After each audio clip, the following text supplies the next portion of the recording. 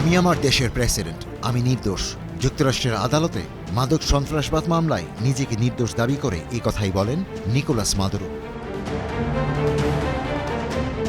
একই সঙ্গে সিলিয়া ফ্লোরেসও আদালতে মাদক সম্পর্কিত অভিযোগ থেকে নিজেকে নির্দোষ দাবি করেন। এর আগে কঠোর নিরাপত্তায় নিউ ইয়র্কের স্থানীয় সময় সকালে কয়েদিদের পোশাকে ম্যানহাটনের ফেডারেল আদালতে নেওয়া হয় ভেনেজুয়েলার প্রেসিডেন্ট নিকোলাস মাদুরো ও তার স্ত্রী সিলিয়া ফ্লোরেসকে। মাদুরোর বিরুদ্ধে অভিযোগ, তিনি কোকেন পাচারকারী একটি নেটওয়ার্ক তত্ত্বাবধান করছিলেন, যারা মেক্সিকোর সিনালোয়া এবং জেটাস কার্টেল, কলম্বিয়ার ফার্ক বিদ্রোহী এবং ভেনেজুয়েলার ট্রেন্ডি আরাগুয়া গ্যাংসহ সহিংস গোষ্ঠীগুলোর সাথে অংশীদার ছিল। শুনানি নিয়ে আগামী 17 মার্চ মাদুরোর পরবর্তী হাজিরার দিন ধার্য করেন আদালত। তার মামলার বিচারক অ্যালভিন হেলারস্টাইন এই নির্দেশ দেন।